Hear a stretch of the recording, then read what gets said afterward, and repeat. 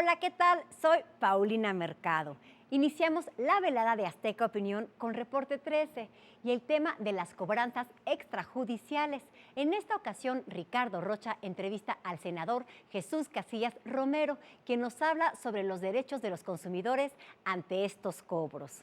Al terminar, Jorge Fernández Menéndez, Pablo Iriart y Ezra Chabot inician el año con un interesante análisis político en México Confidencial.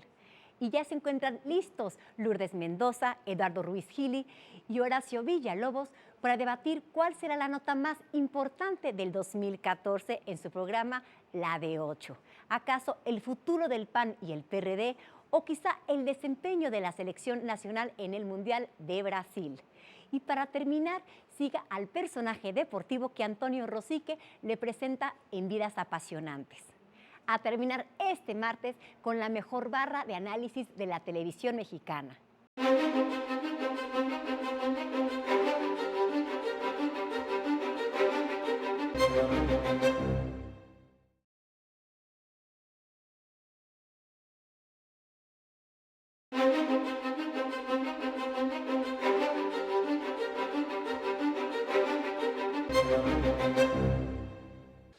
¿Qué tal? Qué bueno que están con nosotros en otro Reporte 13.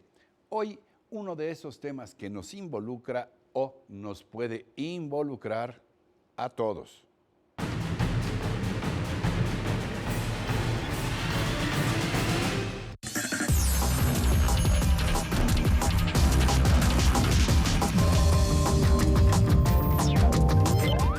Antes que nada, muchas gracias por esta conversación, senador. Al contrario, Ricardo, muchas gracias por la oportunidad.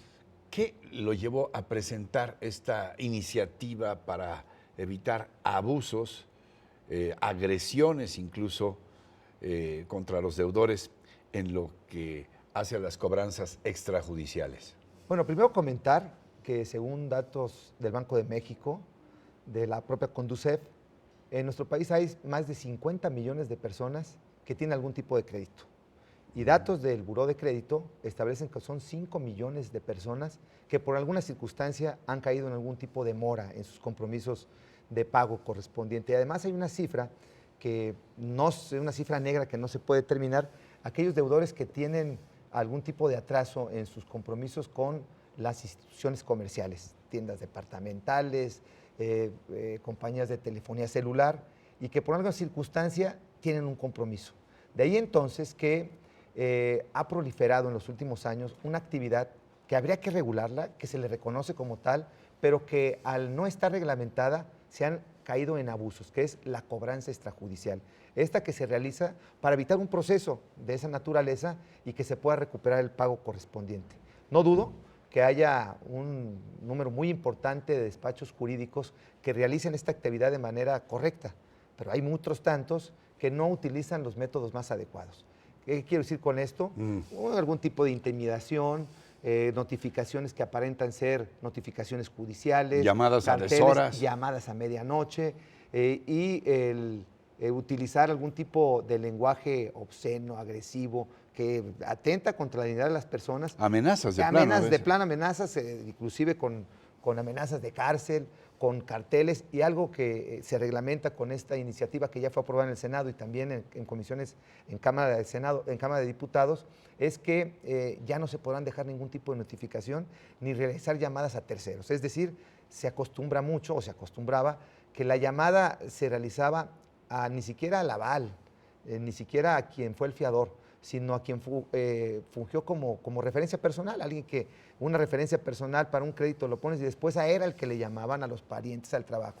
Hoy con eso se pone orden. No se trata, Ricardo, de propiciar una cultura de no pago, pero sí garantizarle al acreedor formas adecuadas del cobro y también respetar la dignidad de que por alguna circunstancia caiga en algún tipo de demora en sus compromisos de pago. Pero ¿cuál es la delgadísima frontera entre el no pago, el que una ley pueda propiciar que gente diga, pues si de todas maneras no me va a pasar nada, yo no pago, a evitar precisamente abusos como los que estábamos hablando de parte de quienes son los acreedores de ese pago? Efectivamente, yo creo que aquí lo que se rescata y que vale la pena señalarlo, subrayarlo, es que se devuelve con esta reforma la posibilidad de que el deudor pueda llegar a un arreglo de manera directa con el acreedor. Cuando hay un intermediario, en algunos casos se caen abusos con cuentas interminables prácticamente impagables, intereses, gastos de cobranza, gastos de ejecución, y una serie de situaciones que posteriormente hacen imposible el pago y es más difícil que se cumplan con las obligaciones. Con esta reforma, que son 2 ordenamientos los que se están adicionando un artículo, es la Ley Federal del Consumidor para aquellos que tienen un adeudo con alguna institución comercial o quien tiene un adeudo con la banca comercial que tendría que acudir a Conducef. Aquí se establece con claridad que no se podrán establecer ningún tipo de lenguaje obsceno, las llamadas se limitan de 7 de la mañana a 11 de la noche exclusivamente, no se podrán dejar ningún tipo de notificación a personas que no tienen el adeudo, se deberán identificar de dónde vienen, quiénes son y de ninguna manera podrán acreditarse como funcionarios judiciales. Creo que se trata de ordenar esta actividad, reconocer a los despachos jurídicos, pero también, muy importante, respetar la dignidad de las personas que por alguna circunstancia pues, han caído en algún tipo de mora. ¿Cómo es que fue aprobada y qué tanto consenso se logró entre los partidos políticos? No, hombre, yo quiero comentarte que el día que presenté la iniciativa se sumaron senadores de todas las fuerzas políticas de este país. El PRD, el PAN, obviamente mi grupo parlamentario, el Partido Revolución Institucional, y el Partido del Trabajo se sumaron a la iniciativa y no tuvo mucho problema. Tuvimos una serie de reuniones con funcionarios de Conducef, de despachos jurídicos que sí tienen en orden, sobre todo los call centers. El horario se determinó precisamente por el cúmulo de llamadas que se hacen en el día y que, bueno, había propuestas de decir que sea nada más hasta las 7 de la noche y el número de llamadas que tienen que hacer no alcanza el día, entonces se amplió a las 11 de la noche, que puede parecer que es un poco tarde, pero es mucho mejor que recibir una llamada a las 2 de la mañana. Entonces, sí hubo un consenso total, fue aprobada por unanimidad en el Senado de la República y también fue aprobada por unanimidad en comisiones de Cámara de Diputados. ¿De qué manera podemos tener la certeza de que esta ley se va a aplicar adecuadamente?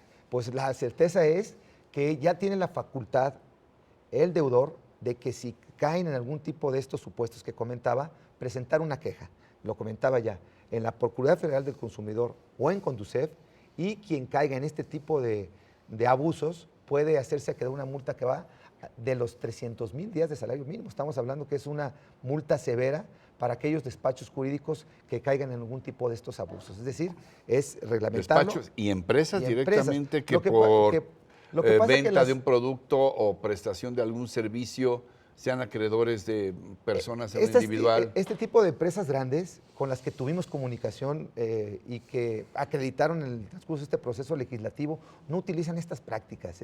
Esto sí está más ordenado. Estamos hablando de pequeños negocios, de pequeños despachos que reciben una comisión o que compran, por ejemplo, a lo mejor una tienda de llantas, a lo mejor una pequeña mueblería, a lo mejor una tienda departamental pequeña, que compran la cartera vencida y que para evitar un proceso que puede resultar más costoso, utilizan este tipo de métodos. A ver, esto es muy interesante, esto es una especie de coyotaje. Una especie, no, pues ya yo compro una cartera vencida de un negocio.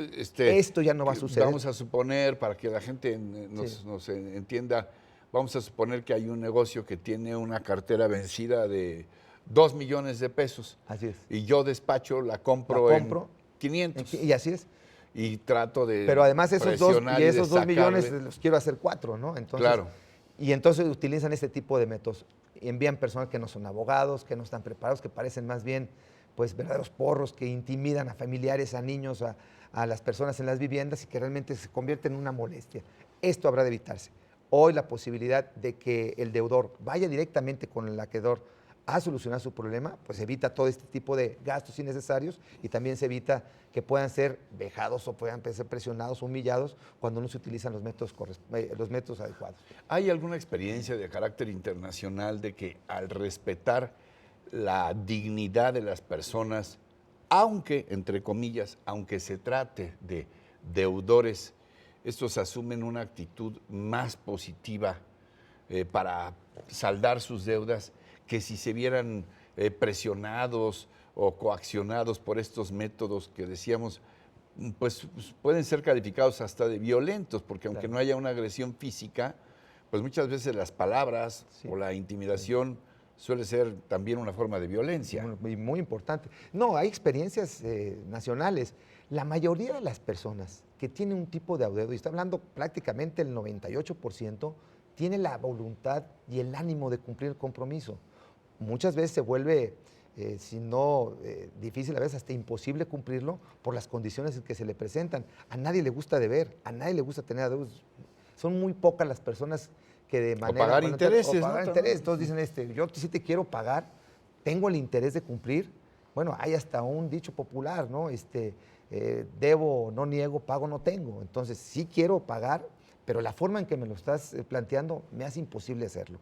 La posibilidad de hacerlo de manera directa va a facilitar mucho a los deudores cumplir con sus compromisos y también se va a dignificar la actividad de despachos jurídicos serios que sí realizan esta actividad de manera adecuada y que vamos a evitar este tipo de coyotaje, por llamarlo de alguna manera, de estos despachos que ni siquiera son profesionales y que utilizan estos métodos que son los que queremos evitar con la reforma. ¿Hay algunos formatos para hacer este tipo de arreglos o en cada caso hay que actuar de manera específica? Bueno, con la reforma financiera, que también facilita ya el poder solucionar los problemas de adeudos y de incumplimientos, al establecer facilidades se estrechan ya los términos, se hace más sencillo, inclusive ya la propia Conducef establece un proceso arbitral en el que se someten las partes bajo un contrato de adhesión y pueden llegar a un acuerdo de manera directa ante la propia Conducef y evitarse entonces ir a un juicio de carácter mercantil o de carácter civil.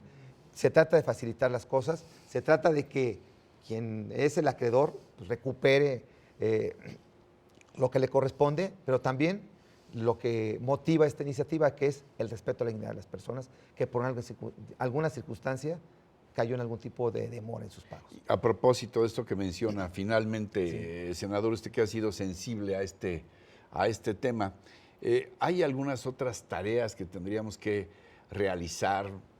No sé si ha avisorado algo en el horizonte o se ha propuesto alguna otra tarea para dignificar la relación entre los seres humanos, entre los mexicanos, hacer más digno nuestro quehacer a pesar de las diferencias o incluso considerando las diferencias de todo tipo como esta entre quien quiere cobrar y quien debe pagar? Sí, yo creo que este mecanismo propicia esta situación, el hecho de que se reconozca por parte de quien debe ese compromiso y por quien tiene la necesidad de hacer efectivo el pago correspondiente, de tener consideración al que le debe. Yo creo que a nadie le gusta estar en una situación que en ocasiones es penosa, el tener un adeudo y que a veces no se puede cumplir, porque lo planeas y alguna circunstancia externa te obliga a caer en mora por alguna circunstancia ajena a la voluntad del propio deudor, pero que hay la voluntad. Creo que este mecanismo, porque son los terceros los que meten ruido en esta situación, son los que ante la presión, ante las vejaciones, ante las presiones, intimidaciones. Y su propia ambición. Y su propia ambición, entonces también vuelve huraño y vuelve a quien debe escéptico de pagar y entonces hasta se complica más. Creo que se van a facilitar más las cosas. Esta es una situación precisamente para eso, para lograr que se pueda caminar en lo posible en armonía en esta relación entre deudor y acreedor. Senador Casillas Romero, yo le agradezco mucho su presencia. No, al contrario, muchísimas gracias. Yo quisiera aprovechar la oportunidad para que quienes nos ven y nos escuchan, pues sepan que ya hay un dispositivo legal que permite a quien por algunas circunstancias se encuentra en una situación de adeudo y es presionado por este tipo de personas, pues puede acudir a la Procuraduría Federal del Consumidor o a la Conducef, según el caso, para hacer valer este derecho. Muchas gracias también a ustedes por su atención, por su compañía, pero sobre todo por su confianza. Yo los espero la próxima semana en otro Reporte 13. Hasta entonces, hasta siempre.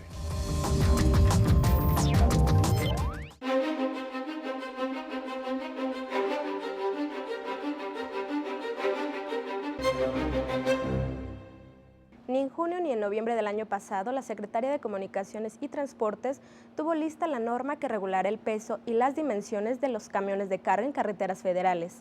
En junio del 2013, la dependencia ratificó la norma oficial mexicana 012 sobre pesos y dimensiones del autotransporte de carga, publicada en abril del 2008, aplazando su actualización hasta en tanto no tuviera los resultados de un grupo de expertos que fueron designados para revisar su pertinencia y eventual ajuste.